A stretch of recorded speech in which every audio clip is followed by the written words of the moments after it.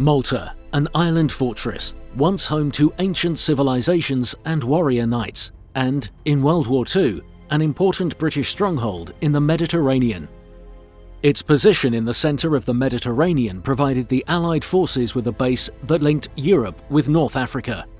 For 2 years, the Maltese population were forced underground as the Axis powers unleashed one of the heaviest bombardments in history.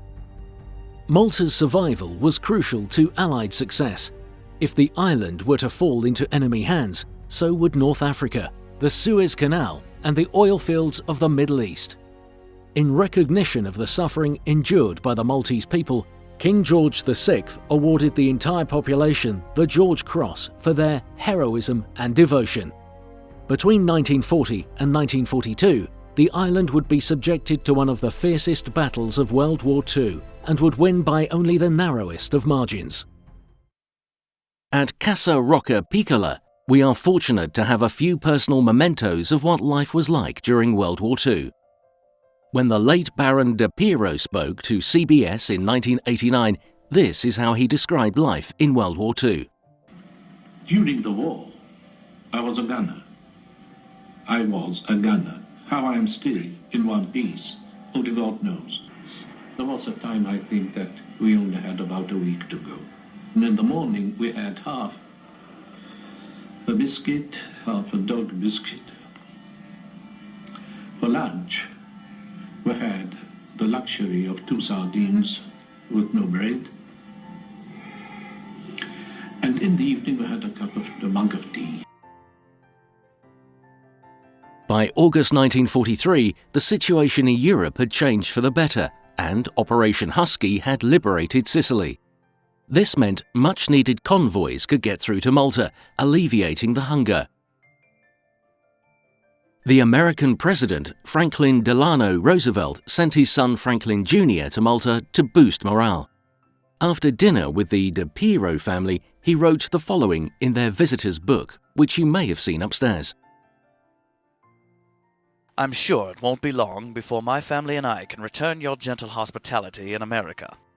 We will receive you as the heroes you are, who have held high the torch of freedom and courage through all your horror, and by doing so, have made possible the victory we are all now achieving. When the bombs started to fall on Valletta, panic and fear gripped the population. The bombing was relentless. More bombs were dropped on Malta in April 1942 than in the whole of the war on London. Casa Rocca Piccola had 2 wells, both of which were converted into bomb shelters in World War II. Both these wells are cut out of the solid rock foundation of Valletta and are part of the original quarry used to build the house 400 years ago. The smaller shelter could house 30 people. You can see how it was strengthened with a concrete ceiling, steel beams and central column. These reinforcements were made to protect the shelter from a direct hit. However, some bomb shelters built in a similar fashion collapsed under the force of a bombing raid. In the large bomb shelter, some of the concrete ceiling has been removed. The area at the top was tightly packed with stones and soil to soften a bomb blast. Due to the frequency of the air raids, it was not unusual for people to spend lengthy amounts of time in the shelters. Many of the elderly residents of Valletta recall sleeping in the shelters. Over 100 people could cram into this shelter, which also doubled as a chapel. If you look closely, you'll notice carvings in the stone walls. The lamps you see on the walls could have been lit with kerosene, making the air down here almost unbearable. Many of the people suffered from respiratory illness, claustrophobia, and panic. You will also see the various access points, now sealed off, which people used to access the shelters and escape the bombs.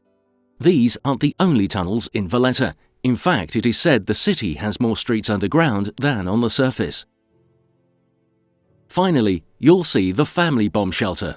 The tunnel was built in 1935, 4 years before the start of the war, and is thought to be the first private bomb shelter built in Malta. You'll notice the zigzag pattern of the tunnel. It was deliberately designed this way in order to prevent debris from the blast and shrapnel of a bomb. The tunnel leads to the garden. On behalf of the de Piero family, we thank you for your visit and hope you enjoy looking at a small but significant part of Malta's incredible World War II story.